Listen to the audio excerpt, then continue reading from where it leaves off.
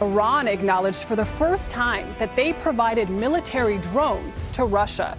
They've become a key part of Russia's arsenal. Russia didn't lose this war on a battlefield. It didn't lose it in the sky, and it didn't lose it to Ukraine alone. It lost control the moment it had to rely on someone else to keep fighting. There was no announcement, no treaty, no press conference admitting that another country had quietly become essential to Russia's war effort. But once the invasion stopped being fast, once victory didn't come, Russia crossed a line it can't uncross. It stopped fighting a war of speed and started fighting a war of survival. And survival wars aren't won with threats or ideology. They're won with supply, with repetition, with systems that still function when everything else is under pressure. Somewhere along that shift, Iran stopped being a partner Russia could use. It became something Russia needed, quietly, structurally, and dangerously. Russia never held a press conference and said, "We need Iran to keep this war running." There was no stage, no treaty signing, no dramatic alliance announcement. But as the war in Ukraine stopped behaving like a quick campaign and started behaving like a long grind, Russia began relying on something it didn't want to admit out loud. Not ideology, not symbolism, through lines, supply, repeatability, the kind of boring, unglamorous inputs that decide whether a war machine keeps turning tomorrow. Iran became one of those inputs. And this matters because Russia's early war plan assumed time was on its side, that it could hit hard, move fast, and force a political collapse before the world could scale a response. When that failed, the war shifted into a different category, a war of endurance. And endurance is not won by speeches, it's won by supply chains that don't snap.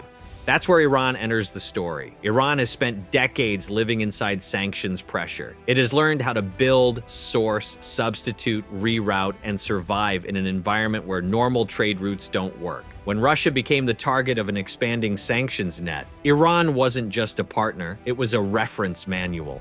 Then came the drones. Open source reporting and battlefield patterns have for a long time linked Russia's long-range drone campaign to Iranian-designed Shahed types, often described in Russian service as Geran variants, used to pressure Ukrainian air defenses and infrastructure through cost and volume.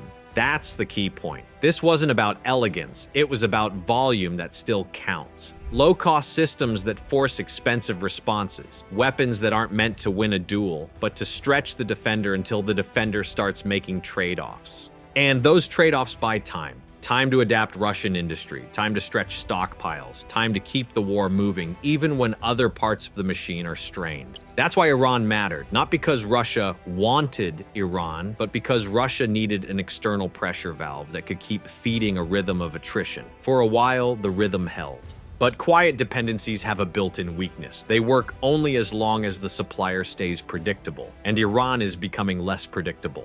Here's where most commentary gets lazy. People talk as if the only thing that matters is regime change or total collapse. That's not the threshold. Iran does not need to fall apart for Russia to feel pain from this relationship. All it needs is friction, distraction, delay, uncertainty. Because Russia's reliance isn't a simple on-off switch. It's cadence, reliability. Weather planners can assume the next batch arrives on time through the routes they expected, at the scale they built strike plans around, and right now, Iran is dealing with pressures that make reliability harder. Iran has faced repeated episodes of unrest tied to economic conditions in recent weeks, with Iranian media and rights groups cited in reporting. Whatever your interpretation of those events, the operational takeaway is simple. Internal security burdens don't have to win to matter. They consume attention, they consume bandwidth, they pull senior focus inward, and that affects how a state manages everything else. At the same time, Iran operates inside a region where escalation risk is never abstract. Even when things don't spiral, planning has to account for the possibility that they might. That planning affects what gets prioritized, what gets protected, and what gets delayed. Then there's the external layer. Sanctions enforcement and monitoring are not static. Routes that worked last year get watched harder this year. Intermediaries get sanctioned. Payments get riskier. Shipping becomes more fragile. Insurance becomes a pressure point. Transactions add more steps. None of that has to stop cooperation to degrade it. It only has to make it conditional. And conditional supply is in many ways the worst kind for a war plan, because if deliveries arrive late, you don't just lose hardware.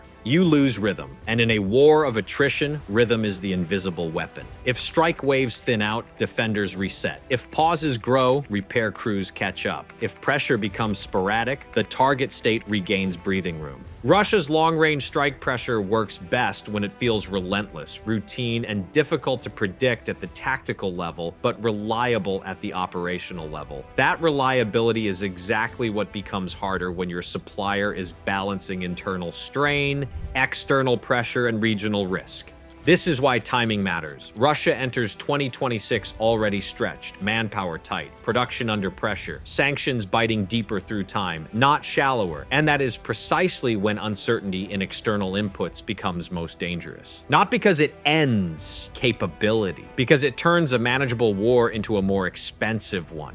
When people say Russia will just replace Iranian drones with domestic production, it sounds reasonable. Russia has factories. Russia has engineers. Russia has materials. But war is not fought on paper. War is fought on timelines. Iran didn't only provide hardware, it provided speed. It provided a mature design ecosystem optimized for sanctions conditions and mass production trade-offs. It provided a template that Russia could adapt rather than invent. That shortcut matters. Because building a new system from scratch is not just manufacturing, it's testing, it's iteration, it's failure cycles, it's supply chain stabilization, it's training, it's doctrine. Iran gave Russia a way to skip the slowest parts. And Russia appears to have moved further than importing into scaling, with reporting about Russia producing or assembling Shahed-type drones domestically, including widely cited reporting around the Alabuga facility and related production effort.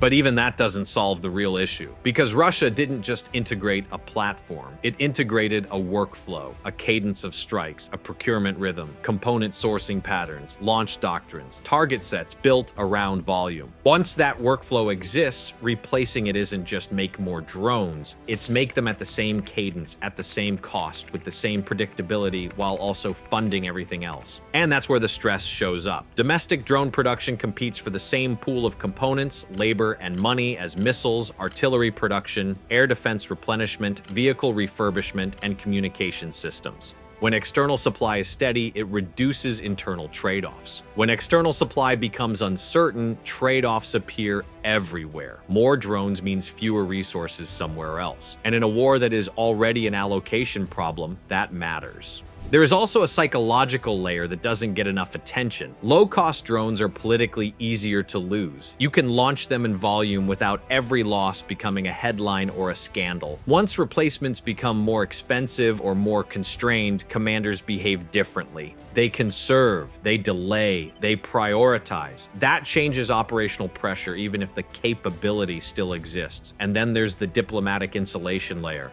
Iran is already isolated and sanctioned. It absorbs certain risks as a baseline condition. Russia, despite everything, still tries to manage escalation thresholds, coalition reactions, and second-order sanctions effects. If Iranian channels become more fragile, Russia becomes more exposed to those pressures. So the replacement problem is not Russia runs out of drones tomorrow. The replacement problem is that every step away from reliable Iranian input forces Russia into harder internal decisions, faster, with fewer buffers. And that's exactly the kind of environment where mistakes compound. Wars don't usually turn because someone runs out of weapons overnight. They turn when certainty disappears. If Iranian support vanished completely tomorrow, the problem would be obvious, loud, easy to explain, politically containable. Moscow could point outward, blame sanctions, blame escalation, blame the West tightening the screws. That kind of shock is disruptive, but it is also clear.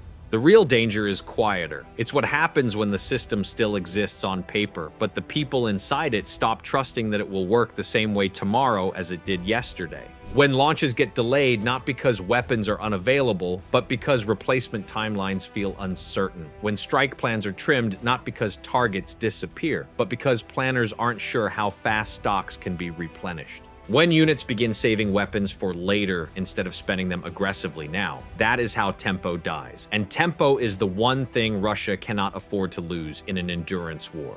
For much of this conflict, Russia has relied on a simple operational advantage. It could keep pressure constant, not perfect pressure, not decisive pressure, but uninterrupted pressure. Drones in steady cycles, missiles in recurring waves, air defenses forced into permanent readiness, repair crews racing instead of resting, Ukrainian planners reacting instead of resetting. That pressure did not need to break Ukraine outright. It needed to deny recovery. It needed to make every repair temporary and every pause incomplete. But that only works if the pressure itself is reliable. If reliability fades, the defender gets air. If the defender gets air, the defender reorganizes. If the defender reorganizes, the next strike hits a system that has learned, adapted, and redistributed risk. That is where diminishing returns begin. You still spend the missile. You still launch the drone. But the effect is smaller, the disruption is shorter, the cost-benefit equation shifts, and once that shift begins, it compounds. There is also a strategic signaling layer that matters just as much as physical damage.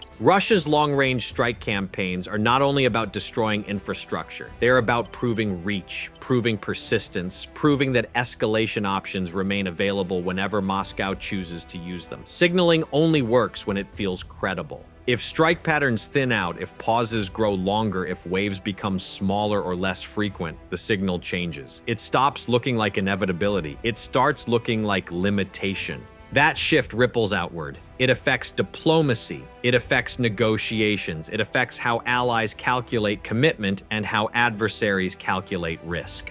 A campaign that once communicated confidence begins to communicate constraint, even if the weapons are still flying. And then there is the internal effect, the one regimes fear most. When systems are reliable, blame stays external. Sanctions, the West, Ukraine, sabotage, those narratives are safe. When systems become unreliable, blame starts turning inward. Why are deliveries slower? Why are timelines slipping? Why do launch rates fluctuate? Why are workarounds failing more often? Suddenly, the conversation isn't about enemies anymore. It's about competence, production delays, logistics friction, coordination failures, corruption, mismanagement. That is the phase where pressure stops being abstract and starts becoming personal inside the system.